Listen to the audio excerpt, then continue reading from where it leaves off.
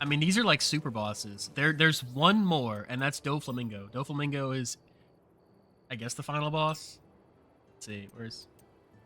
I'm pretty sure he's in here in the flower field. But yeah, this is like the last thing we gotta do, and then we talk to Lim, and it starts like the final cutscenes that end the game. And of course, you know, because I stream, I have I've saved the last trophy is beat the game, which we've already kind of beaten the game. We've already beaten the final boss, but we have to talk to Lim to like start the cutscenes that like allow us to leave the Odyssey Island and like get the hell out. And I didn't even write any notes for myself for this platinum trophy. Ah, fuck it, whatever. I mean, I thought about what I was gonna say today, but I didn't really like copy down any notes. And I was gonna like refamiliarize myself with the story because I played this game over the course of a year and I barely remember the story, to be completely honest. And I may or may not have been skipping some of the cutscenes toward the end because I was like, I just want to fucking over with, you know? All right, this is the last fight of the game, so we're gonna use everything we got. We're gonna use all of our items because like after this, there's no point. Hit him with a radical beam. Whoa! Whoa! Shit! Oh my god! Whoa! This game probably looks a lot more fun right now than it actually is.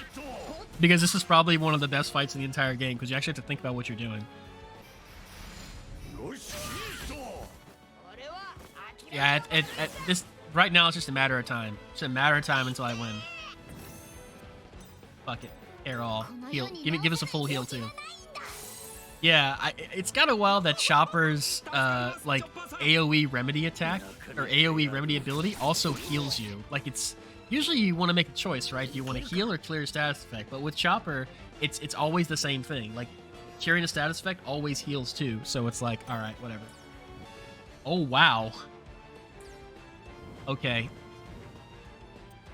81,000 attack power, but that's not enough. That's not enough. You're going to love this. Trust me. What you're seeing now is my normal state. This is a Super Saiyan. And this is what is known as a Super Saiyan that has ascended past a Super Saiyan. And this... What's he doing? ...is to go even further beyond!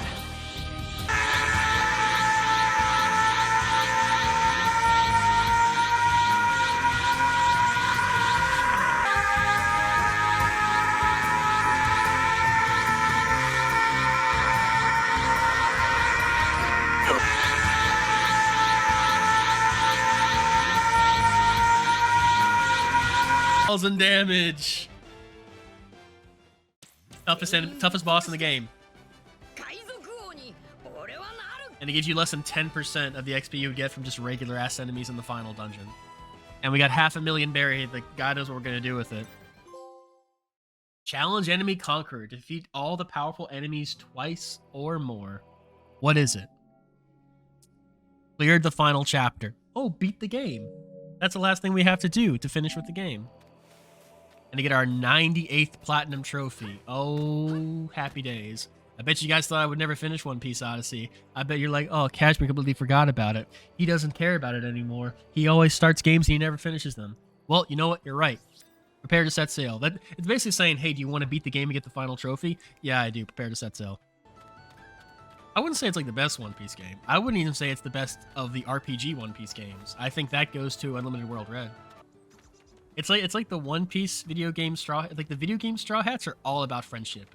Like, you know, the that old, like, you know, the anime stereotypes, like, oh, it's the power of friendship. But like the One Piece video games are like that. It's like the power of friendship is everything. Like friendship is the theme that binds everything together in the One Piece world. Except for World Seek.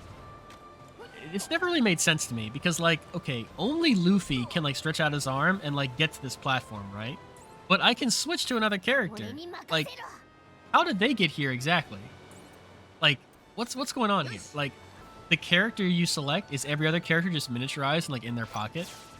Like, there are parts in the game where you'll get to a very like narrow opening and it's like, oh, only Chopper can go in here. So you switch to Chopper and you go through it and you go out the other side, but like everybody's with you. And it's like, what exactly happened, you know? These fucking cubes can basically do anything. If it's ever a question about, hey, how did this happen? It's like, oh, the cubes did it. And that's another thing about One Piece RPGs. There's always a convenient excuse why they go back to places they've been before, or they encounter enemies they've encountered before. In the older games, like Treasure Cruise and Unlimited Adventure and stuff like that, it was just like an island would like take their memories and like turn them into like enemies they had to fight. Like almost every other One Piece RPG is like, oh, someone has the ability to like take your memories and turn them into boss fights to justify you fighting Whitebeard again or fighting Doflamingo again. I forget what Haradas is. I probably should have been paying attention more in this game, or probably not take 11 months to finish an RPG. All's well that ends well. I'm actually starting to like this game a bit more now that I'm watching this ending.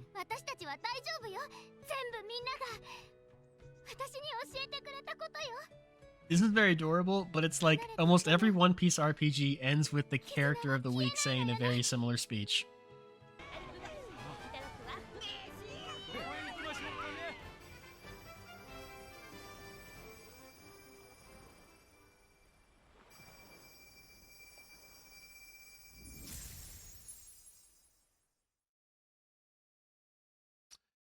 Adorable. Credits? I think these are the credits. Alright. Man, oh man. Bet you guys didn't expect that the 98th Platinum Trophy would be One Piece Odyssey. I know I didn't. Alright. So, how do I want to do this? Okay. One Piece. Yo! Don't give it up, Luffy! That's the first line of my notes. It's just One Piece. All right, I played a lot of One Piece games, and this is like my 9th or 10th One Piece Platinum. I mean, who's counting, right? Probably my 8th, 7th or 8th. I played a lot of One Piece games. I got the Platinum for a lot of them. Got the Platinum for Unlimited World Red, One Piece World Seeker, this game, Pirate Warriors 1, 2, 3, and 4, and there's probably another one there I'm forgetting. But pretty much every One Piece game can be subdivided into 2 subgenres. You got the Pirate Warriors games, which are very like action focused and like fast paced, and they play like Musou games, like Dynasty Warriors games, where it's just you versus like 10,000 enemies and they're not really not a threat to you. It's one of those games where, like, let's say you're had like a long day at the office or a long day at work and you just want to sit down and play a game but you don't want to think about it too much. You pop in a Pirate Warriors game. It's like my ultimate, I don't want to think about anything. I don't have to figure anything out. I just want to play a game and just like turn my brain off. Those are the Pirate Warriors games. Just pick a character, hit square, square, triangle a couple times, do some abilities, and knock out literally hundreds of enemies. And, you know, face down a few bosses with super flashy attacks that have almost no depth to them. They're good. In fact, I would say the best One Piece games are Pirate Warriors 3 and 4. If you've never played a One Piece game and don't know anything about One Piece, play One Piece Pirate Warriors 3. If you've never played a One Piece game but you know a little bit about One Piece, play Pirate Warriors 4. That's your that's my recommendation for One Piece games. As for the RPG style of One Piece games, I played 3. Yeah, I played 3. One Piece Unlimited World Red, One Piece World Seeker, and this game. I kind of lump them all together. So this is probably the second best RPG story, and I think the worst gameplay. I do enjoy turn-based combat, but this just ain't it. It's interesting. It has like an interesting gimmick, but it gets old fast. And the gimmick is that when you encounter enemies... Oh my god, are the credits already done? When you encounter enemies, it's not just like your guys on one side, the enemies on the other. Like the enemies kind of form up on groups, and they will like gang up on individual party members. And if you want to attack an enemy, but you're surrounded by other enemies, you can't attack them until you defeat your enemies. So on the surface, it looks like it'd be fun to kind of break up the monotony of just endless random battles. And it is fun for a while, but after a while, you get strong enough that you can just like turn on auto battle, and you also gain a lot of abilities that attack all enemies. So very quickly, the whole concept kind of shoots itself in the foot because of how easy it is to just turn on auto battle and win. But for the first couple hours, it got me, and I'm like, this is kind of interesting. I've never played a game like this, but it just didn't last. It doesn't really evolve. Like what you're doing in the first like 3 hours of the game, it never really evolves past that. Like you don't really have to use status ailments. You don't really have to use like buffs. You can only buff or debuff stats. I don't know, man. It was fun. It was fun, but I'm glad it's over. It's a very tedious game to play because the UI is very cumbersome. The interface is very cumbersome. Most of the story is just figuring out the backstory. Like there's not really much plot to speak of, which is kind of inexcusable in an RPG this long. And the story meanders a lot. You spend probably 20 hours in Alabasta, and all it really amounts to is you find Crocodile and you beat his ass, and like that's it. And then in between going to Alabasta and going back to Water 7, there's about like a million pages of backstory. And all it amounts to is that the island you're on used to be a sky island, and now it's not a sky island anymore. And the world government like shot it out of the sky. And it's like, okay, fine. I don't know why it took 17 hours to explain that, but whatever. And the gearing system is weird. So you're basically given a grid a la Resident Evil 4 attache case, and you have to like fit the accessories onto this grid. And that's like, okay, that's kind of interesting. But they also introduced this concept of accessory fusion. So you can basically take an accessory and fuse additional accessories onto it. And you can do it up to 4 times. So if you have like 5 accessories on this little board, you can also add 4 accessories to each one of those 5. So now you basically have like 20 accessories equipped at the same time. Like very quickly you get very powerful, and the game realizes this. So there'll be these huge jumps in difficulty to like justify you using this accessory fusion. So you go from doing about maybe 300 to 400 damage in the beginning of the game to the end of the game you're doing like 60 to 80,000. Like it's not unlike a Final Fantasy 13 where your stats just explode. But all of your stats are on the accessories. So if you don't fuse them right and you're not like upgrading them as you go through the story, you're gonna get to a point where it's almost like impossible to win. The stat upgrades you get from leveling are not that great. You might get like maybe 10 attack per level. Like you're meant to go in and fuse the accessories and make yourself like super powerful, and use food and trick balls and various buffs in the middle of combat. Oh yeah, there's also a rock paper scissors thing. Every enemy in the game is a speed type, a technique type, or a power type, which is straight out of One Piece Pirate Warriors 3 and 4, and 2 actually. It's weird how they kind of have this weird little like symbiotic relationship, you know? How they all kind of like cannibalize each other.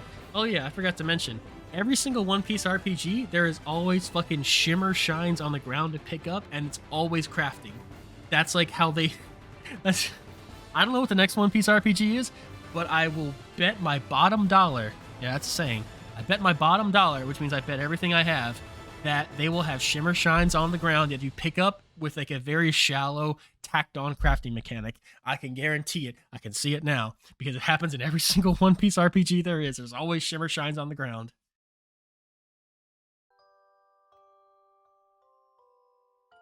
Leaving 2 crystals in Wofford. This is very appropriate ending. Time passed. There's also free DLC, I think, for this game. I'm not entirely sure. There's like 6 trophies, the DLC, that we're probably never going to get.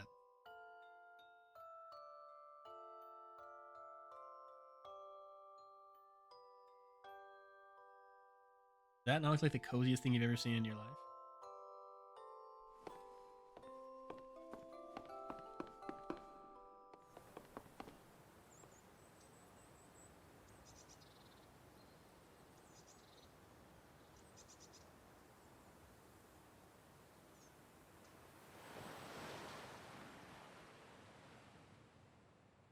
End.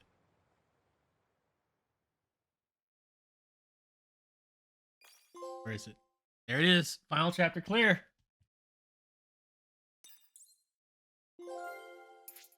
Odyssey Master. There we go.